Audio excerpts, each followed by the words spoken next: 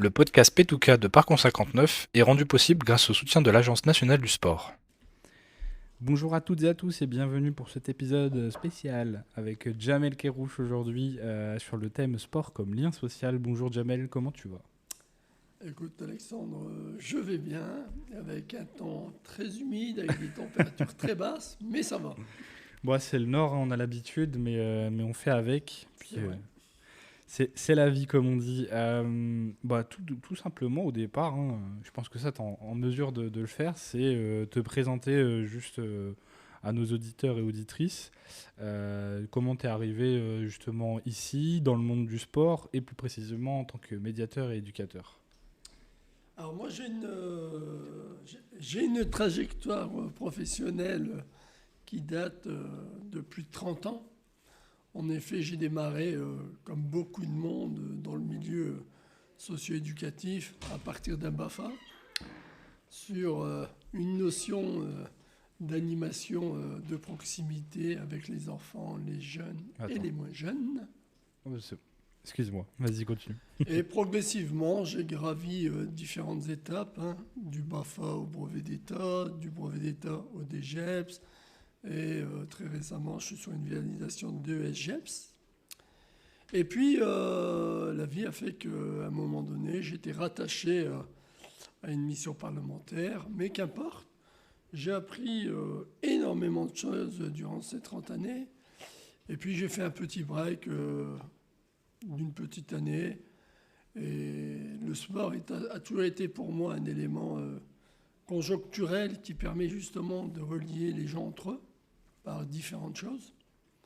Et lorsque je suis arrivé à Parcours, lorsque le projet m'a été présenté à Parcours autour de la médiation de proximité, j'ai tout de suite réagi positivement, puisque dans cette relation de médiation de proximité, il y avait un lien direct avec le sport qui consistait justement à construire des éléments dans lesquels la vie en société est superposable aux règles du sport. Et justement, on aura l'occasion d'aborder ça un peu plus en détail. Et toi, qu'est-ce qui te motive un peu au quotidien à venir travailler à Parcours 59? Enfin, si le mot travail est dans ton vocabulaire, si ça l'est, mais est-ce que tu peux peut-être nous raconter un peu tes journées types? Qu'est-ce que tu fais en tant que médiateur au sein de la friche ou même autour, hein, tu n'es pas forcément que à la friche. Tout à fait. Alors d'abord, mon rôle de médiateur de proximité est un rôle assez large. C'est un prisme entre l'animation, entre l'éducateur, entre le partenaire. Mon rôle y est un petit peu exigu. D'ailleurs, beaucoup de médiateurs ont parfois du mal à se situer, mais je pense avoir compris le métier. On est à l'interface des différents corps de métier que je viens de citer, celui d'aller vers. On va vers les partenaires, on va vers les jeunes, on va vers les commerçants, on tisse des liens avec les partenaires, on crée des nouvelles dynamiques. On ne crée pas seul les dynamiques, on incite à créer de nouvelles dynamiques. On propose aux habitants de venir découvrir ce qui se fait chez les partenaires, et notamment Parcours 59. D'ailleurs, à ce titre-là, on pourra, j'espère, discuter sur la mise en place de l'activité senior à destination des seniors. C'est des gens que je rencontre au quotidien, c'est des gens avec lesquels je discute. Ce sont des habitants d'abord.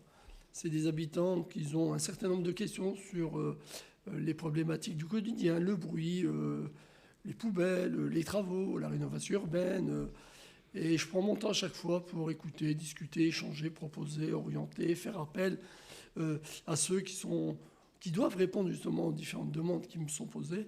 Parfois, c'est les jeunes. Les jeunes, c'est d'autres problématiques. C'est des problématiques sociales, c'est des problématiques d'oisiveté. Mon rôle, c'est d'aller au contact d'eux, d'échanger, de voir quelles sont leurs demandes de manière très informelle, en gardant évidemment un certain nombre de confidentialité dans les éléments avec lesquels j'ai avec eux.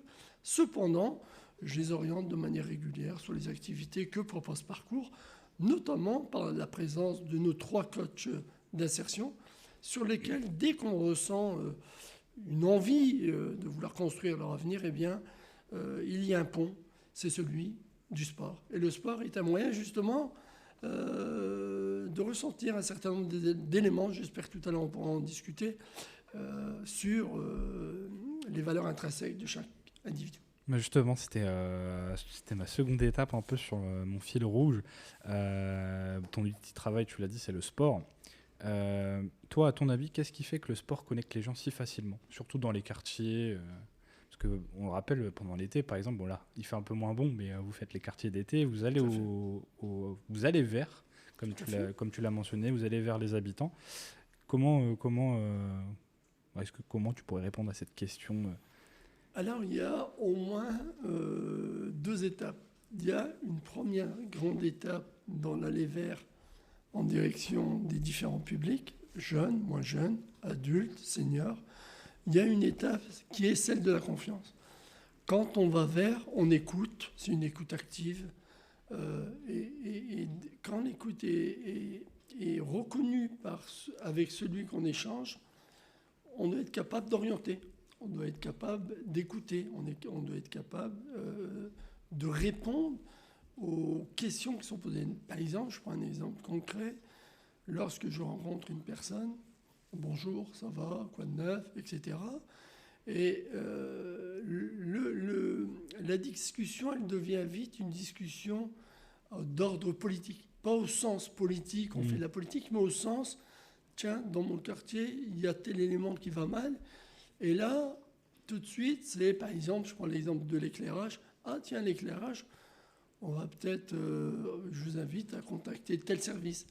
Et concernant les jeunes, en général, c'est dire, bah, écoute, si tu t'ennuies, tu peux passer à parcours, c'est ouvert. Tiens, il y a plein d'activités. On fait du badminton, on fait de la boxe, on fait ceci.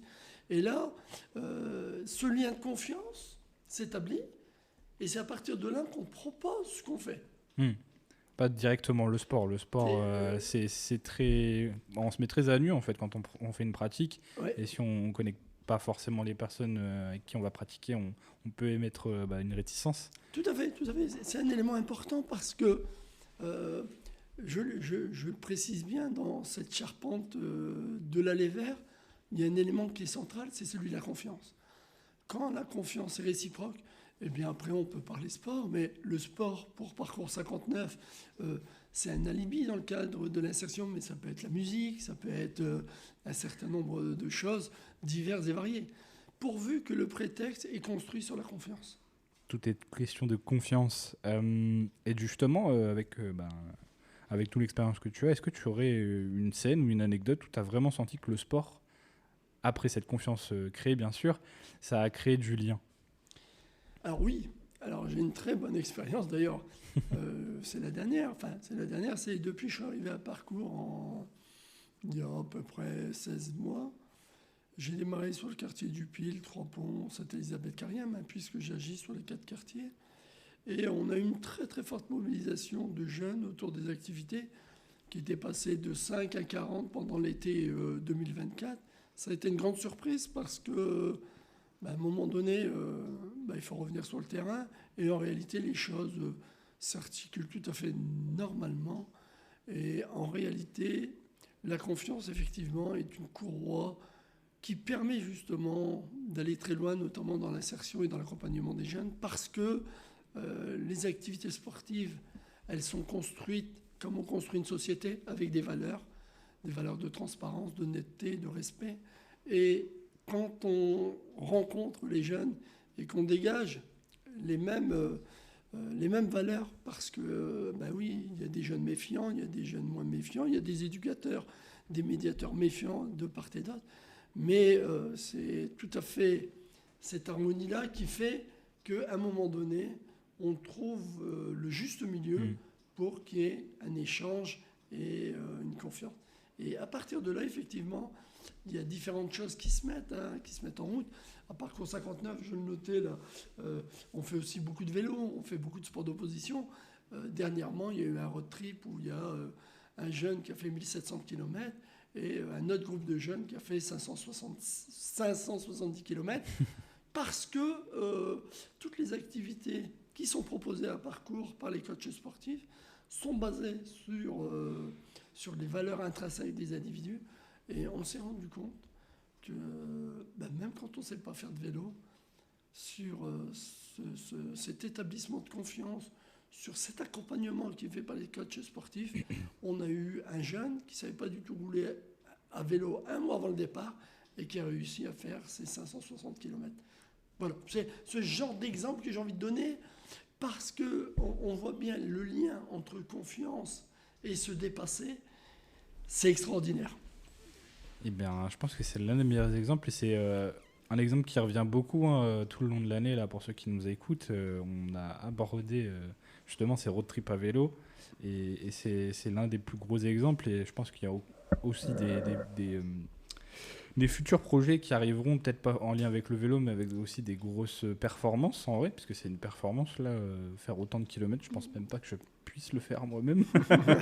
mais je pense que des anecdotes, tu en as plein, mais en tout cas, celle-là, elle est marquante. Et justement, venons-en à un pilier que tu as ramené ici. On a aussi des boxeurs bien avant toi. Je pense à Kevin Choun. On a eu l'occasion d'en discuter, mais tu as bien ramené cette pratique au sein de la friche. Pourquoi, toi, ton humble avis, la boxe semblait pertinent à ramener. La boxe semblait être pertinente à ramener à la friche. Alors Alexandre, là tu me poses une question qui est liée à ma jeunesse. Donc, on va laisser Jamel réfléchir un petit peu, parce que ça fait un petit temps. Ouais, en fait, la boxe, elle a au moins 3 paramètres. Elle a un paramètre sociétal, un paramètre de se dépasser et un paramètre sur le fait que c'est des règles qu'on met dans la vie de tous les jours. Un effet sociétal, parce que le sport d'opposition, j'aime pas trop dire la boxe pour plusieurs raisons. Il y a du respect à tous les sports d'opposition, et ces sports d'opposition sont régulés par la réglementation des différentes fédérations. Et j'aime bien dire plutôt sport d'opposition, parce qu'il faut être diplômé, parce qu'il faut être averti, etc. Et l'élément sociétal de la boxe, c'est que dans la vie, c'est toujours un combat. On a des hauts, on a des bas. Accepter de combattre, avec des grands guillemets évidemment, c'est accepter de se confronter à la vie de tous les jours. Il y aura des hauts, il y aura des bas, il y aura des moments où on aura envie de lâcher. Mais la boxe, le sport d'opposition de manière générale, nous rappelle qu'on doit continuer à se battre, même si on va perdre. Mais à un moment donné, ça nous donne cette envie de réussir. Et tant qu'on a cette envie de réussir, on est toujours dans des perspectives positives. Deuxième élément, pourquoi le sport d'opposition est riche, c'est parce que dans les sports d'opposition en général, on retrouve pratiquement toutes les valeurs de la vie en société. La vie en société, c'est le respect, c'est la solidarité, c'est l'honnêteté, c'est la transparence. Et dans le sport d'opposition en général, on peut aller du kung-fu à la boxe ou à MMA, il y aura toujours du respect entre les boxeurs, entre les judokas, entre les karatékas, etc., etc. Et donc, ces humbles valeurs, je les ai toujours transmises, même dans le cadre de la médiation, parce que c'est des éléments qu'on peut facilement superposer avec l'ensemble des gens qu'on rencontre. Et ça, c'est déjà humble de pouvoir le reformuler, puisque tu me poses la question, je ne m'étais pas préparé à ça, mais j'ai fait appel à toute mon histoire et à toute ma mémoire pour reconnaître que c'est un élément qui m'aide énormément. Et le troisième élément, c'est se dépasser, même si c'est un peu le complément d'éléments sociétal, c'est que les sports d'opposition, on a un côté orgueilleux, mais dans le bon sens. On veut se relever. On est à terre, mais on veut se relever. On est touché, mais on veut résister. Et du coup, ces 3 éléments qui régulent une société, c'est ces éléments-là que j'essaie de transmettre. Et je considère ici à Parcours 59, dans le cadre de la médiation, parce que je mets aussi cette activité en avant, même si ce n'est pas du tout dans mon rôle direct, mais ça permet d'initier les jeunes et de transmettre des éléments qui permettent justement à mieux construire le jeune dans des valeurs intrinsèques et aussi à construire leur projet professionnel de demain avec les coachs sportifs chargés de ce domaine-là. Et justement, est-ce que tu peux nous parler des séances, si jamais il y a des jeunes ou des intéressés, même plus vieux, Ah, toute personne qui a envie de venir à une séance de boxe, comment on peut faire c'est quand les horaires est-ce qu'on peut te contacter Parcours 59 peut-être? alors, pour les horaires, évidemment, tu as raison Alexandre, on contacte Parcours 59. C'est le lundi à partir de 18h, le mercredi à partir de 18h et le vendredi à partir de 18h jusqu'à 20h. L'objectif des séances, c'est toujours de la découverte, de l'initiation. Il peut avoir des échanges graduels en fonction Mhm. des capacités et des uns et des autres, mais ce qu'on met en avant, c'est que chaque personne est suivie de très près. On est à peu près pour cette année une quarantaine inscrits et dans les activités régulières, on est toujours une quinzaine et il y a une très très bonne ambiance. Ouais, j'ai déjà vu. Je ne suis pas pratiquant, mais du coin de l'œil, j'ai déjà vu des séances se passer. Et, bon, on en sort épuisé avec les sourires. Mhm. Très souvent, je vois Tout à du fait. sourire.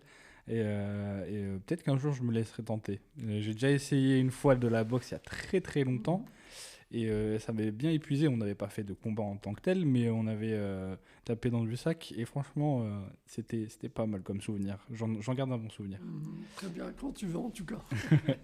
Et justement, toi qui pratiques souvent je dis souvent des jeunes, mais des personnes qui viennent justement à des séances de boxe, est-ce que tu as vu des comportements changer grâce à la boxe, grâce à cette pratique, avec au premier abord des personnes peut-être qui étaient timides ou j'en sais rien, qui s'étaient pas encore découvert une passion peut-être ou des aptitudes, Alors, si tu as des alors, exemples. alors on a beaucoup d'exemples, par exemple, avec les jeunes avec lesquels on rencontre. Alors, toujours pareil, il y a des éléments. Certains jeunes, quand ils arrivent, ils essaient de montrer qu'ils ont une maîtrise de ce sport d'opposition. Et souvent, on fait d'abord appel aux règles générales. C'est le respect, la bonne conduite, le respect du matériel, le respect des collègues, etc. Et on s'aperçoit très vite qu'au départ, il y a une espèce de confrontation parfois entre qui sera le plus fort. Hmm. Et l'objectif à travers nos activités qui sont aussi le sociosport, c'est justement quand on se sent plus fort, c'est comment on peut aider l'autre. Et en fait, dans cet aspect pédagogique, celui qui se sent plus fort doit aider celui qui est plus faible, et ainsi de suite. Du coup, on génère une espèce de compétitivité, non pas en étant le plus fort, mais en étant celui qui va enseigner le plus à Aux autres. l'autre. Hmm. Et du coup, aujourd'hui, au bout de, on va dire 15 mois, on a à peu près une dizaine de jeunes qui sont en capacité d'intégrer les autres clubs. Mais ils me disent, Jamel, écoute, on aime bien rester là parce Ouais, que c'est la pédagogie, c'est ça. l'ambiance et les personnes qui y sont en fait, en somme. Exactement, et surtout ce qui les intéresse, puisque nous, on est dans un cadre d'insertion sociale et professionnelle, c'est que nos piliers veulent pas partir. Du coup, peut-être tu en reparleras dans un autre podcast, c'est que ceux qui veulent rester demain devront donner du flouze, Ouais. hein, le fameux Oui. flouze, et on ne sait pas s'en débarrasser. Donc aujourd'hui, je suis en train de les préparer justement à ce qu'eux prennent le relais. Du coup, ils interviennent pour Parcours 59, ils aident les nouveaux dans cet entraînement, dans cette mise en place d'activités sportives. Et à leur tour, tour à tour, on est éduqués. Donc eux, là, ils prennent mon relais. Et moi, je veille sur eux, comme eux, ils veillent sur les nouveaux. Du coup, il y a une espèce d'engouement. Et c'est vrai que parfois, on commence à être serré. On n'était pas prévu du tout d'être serré. Et donc voilà, l'histoire du flou, on peut en toucher un mot. Hein. C'est que les jeunes qui réussissent leur insertion professionnelle, qui ont un contrat ou qui rentrent en formation, doivent quitter l'espace en réalité. Mais quand ils rendent service à l'association, ils ont du flouze, ils engrangent un maximum de jetons, entre guillemets, Mm. qui leur donnent la possibilité de rester à Et parcours d'avoir 59. des séances. Voilà, de gratter des séances, par exemple. Bah, et comme tu l'as dit, hein, dans ton enseignement, c'est vraiment de ne pas être le plus fort, mais aider les autres à être plus fort. Et justement, bah, c'est la continuité de la chose, puisque s'ils sont en capacité de former des nouveaux initiés, bah, c'est ça qui est bon.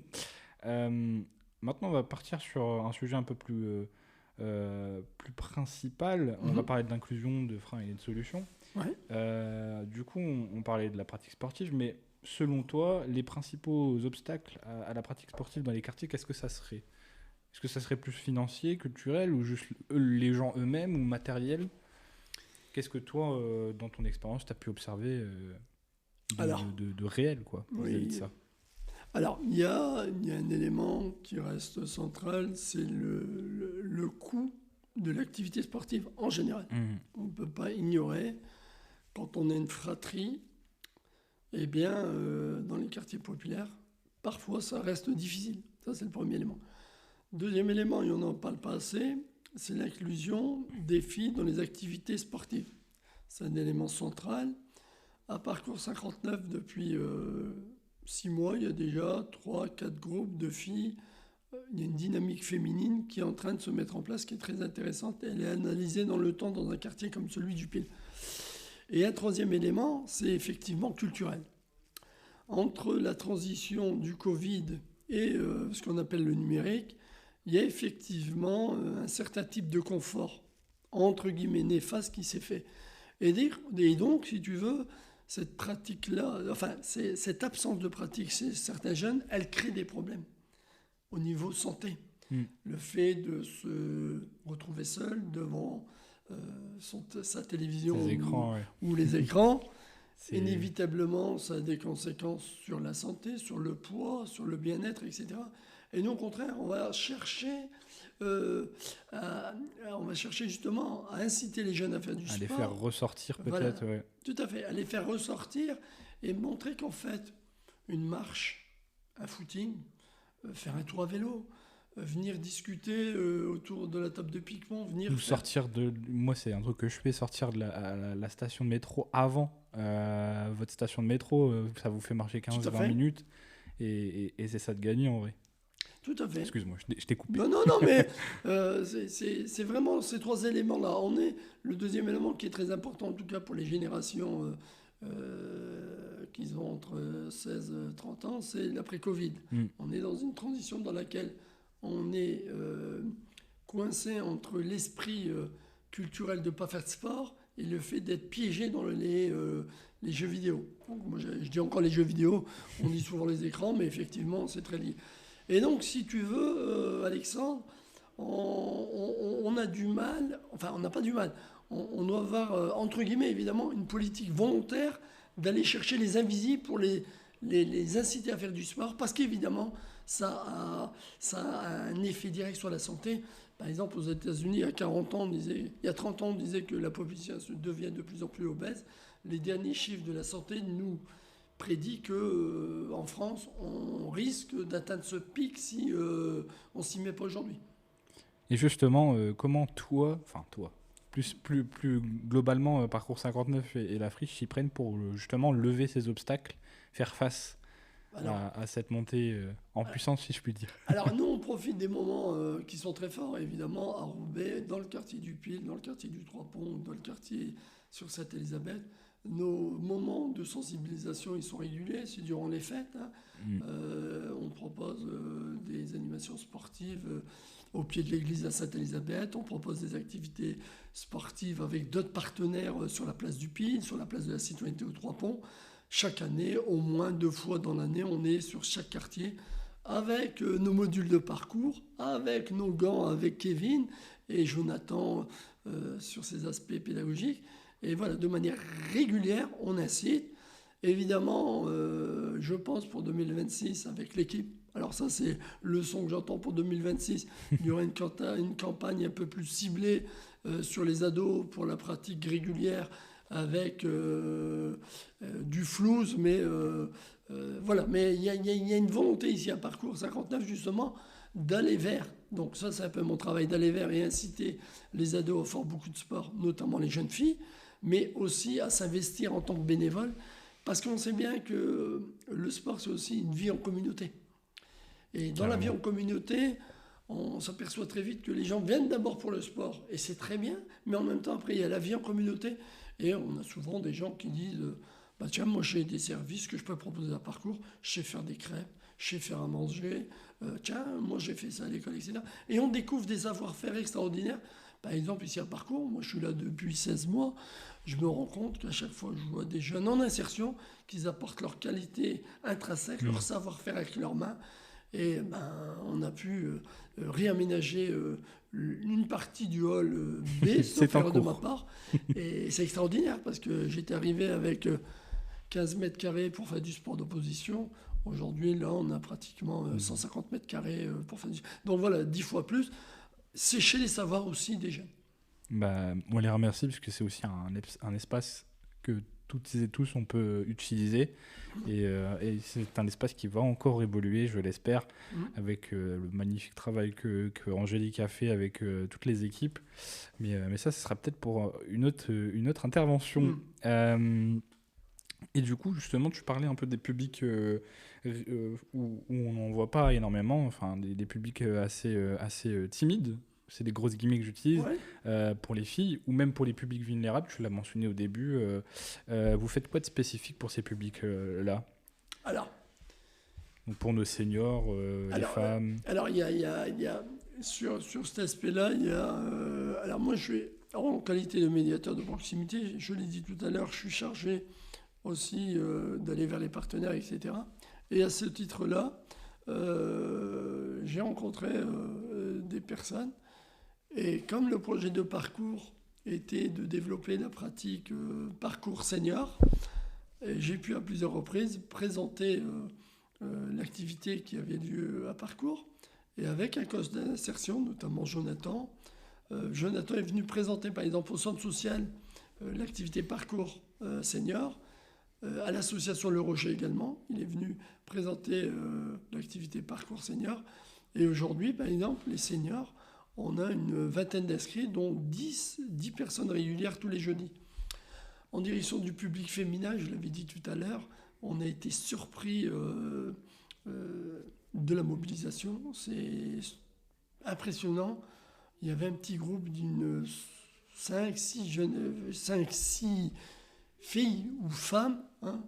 Et aujourd'hui, après l'opération, j'ai oublié le thème, c'était rose, bleu, la lutte contre le cancer du sein. L'octobre rose, oui. Octobre rose, voilà. Octobre rose, effectivement. Et il y a eu une très très grande mobilisation. Alors là, on a dépassé les 40 personnes avec une récolte de quelque chose comme 500 € qui sont donnés directement Pour la recherche. pour la recherche contre le cancer.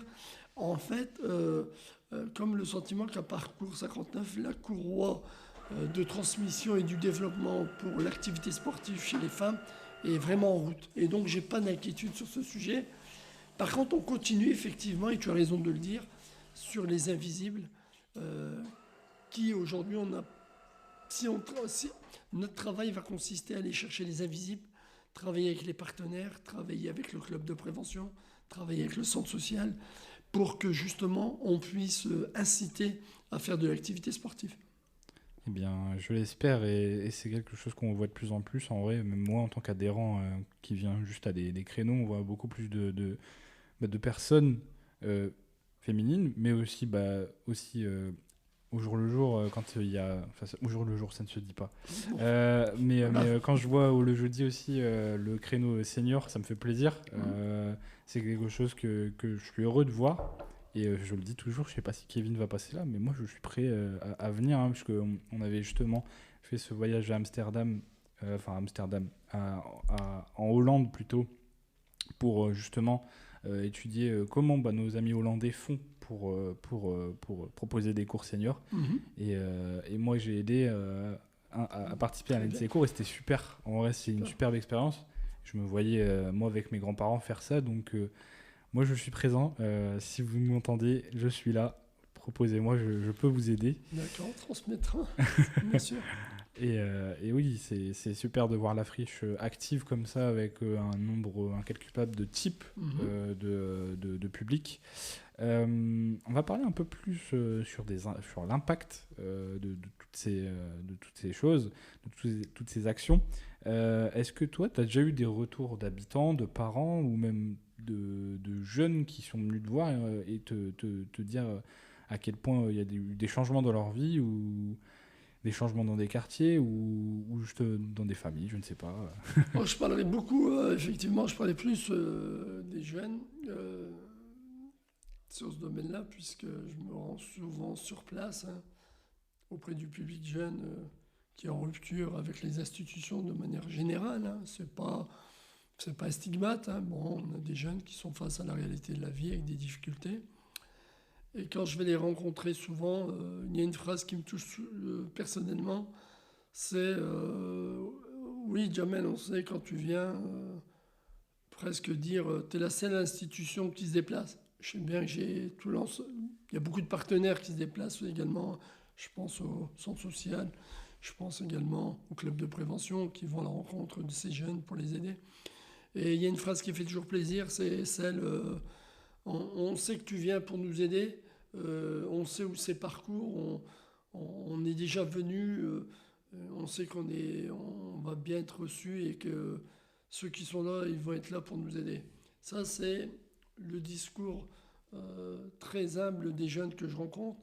Mais les habitants aussi, hein, les habitants, c'est surtout, monsieur, on vous voit souvent, on sait quand on vous pose une question, on aura moins de réponses, mais c'est vrai que vous êtes entre ceux qui transmettez nos questionnements et ceux qui vont faire viennent qu'après vous.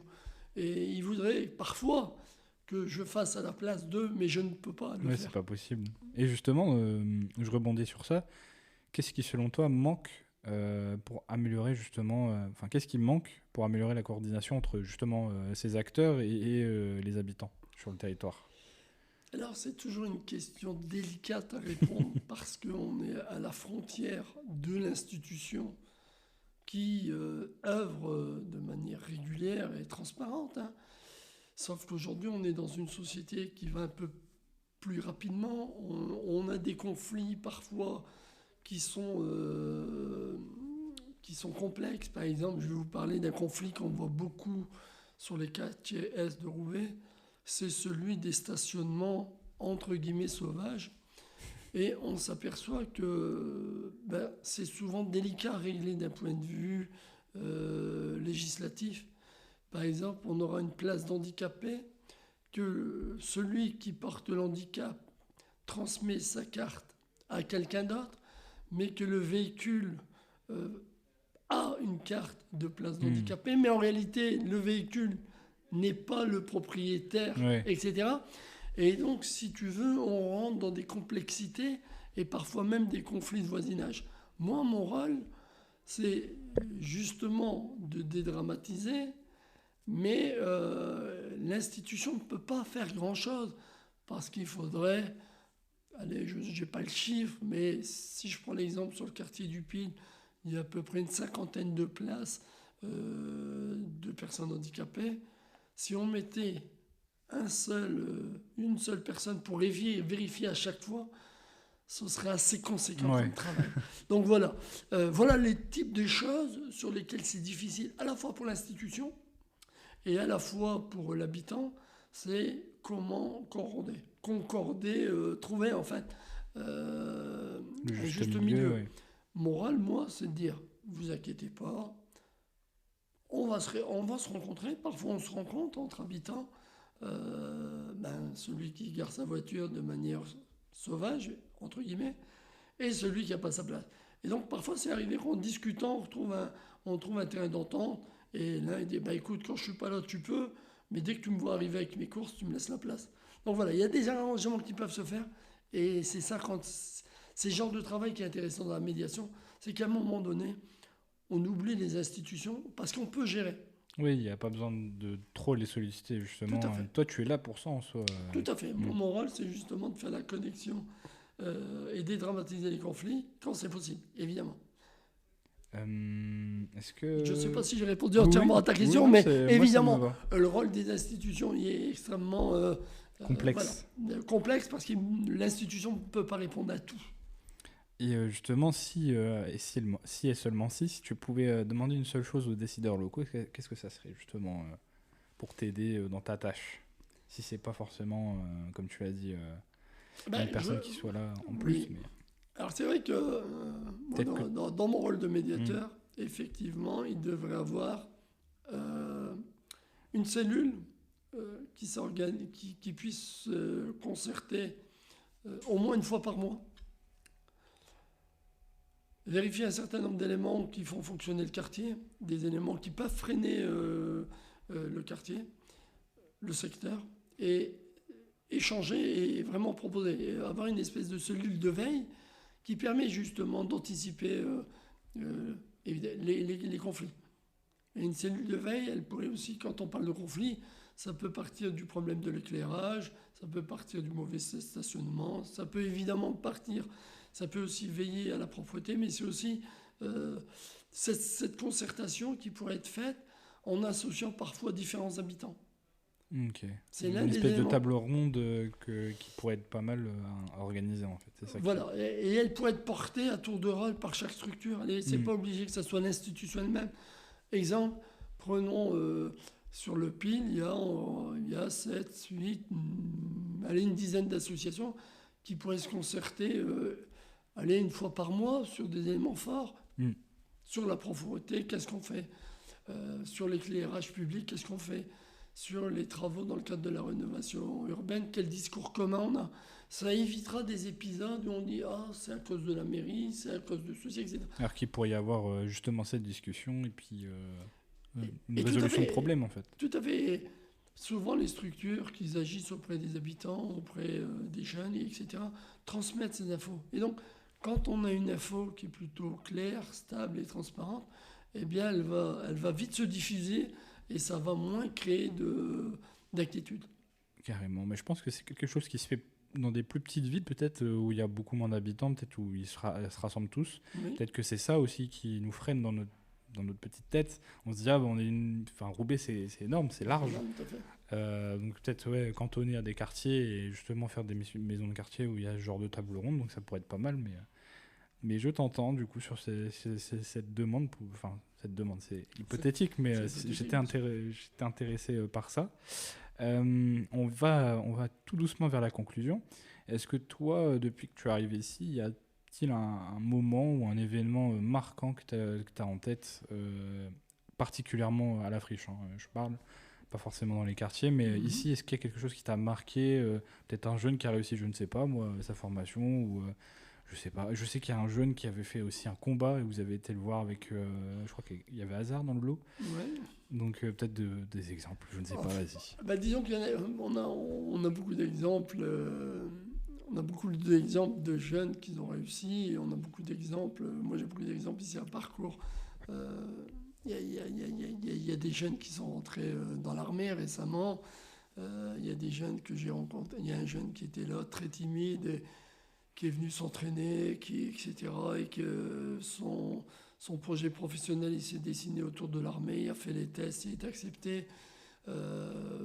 On a Alexandre plutôt, on a Alexis, qui lui, c'est un intermittent du spectacle, mais c'est celui qui a fait 1700 km, c'est impressionnant. On le salue au passage. On a Kate qui était très très timide, mais qui a réussi à passer 2 fois son examen d'agent de la police municipale. Bon, elle a échoué, mais elle reste très motivée. On a plein d'exemples comme ça. On a d'autres jeunes. Alors, c'est difficile à dire, mais on a un jeune qui était... voilà, on a appris qu'il était pas très bien. Pendant 6 mois, il broyait du noir. Et aujourd'hui, il est exemplaire. Il est inscrit dans les clubs de sport. Il a participé au groupe des 560 km. Il vient à toutes les activités. Et là, son projet professionnel commence à se dessiner. C'est incroyable. Parce que si on fait l'addition, parce que je suis obligé de le dire, ça, la prise en charge d'une personne comme celle-là, ça coûte très cher. Notamment sur le plan de la santé. Aujourd'hui, c'est un jeune qui est devenu complètement autonome, prêt à faire plein de choses. Et ça, vraiment, c'est vraiment touchant. C'est gratifiant. Mais c'est quelque chose qu'on ne peut pas mesurer. Ben voilà, plein d'exemples que vous pouvez avoir en tête si vous êtes comme ces jeunes et que vous avez envie de construire un projet professionnel. Vous pouvez toquer à la porte de la Friche.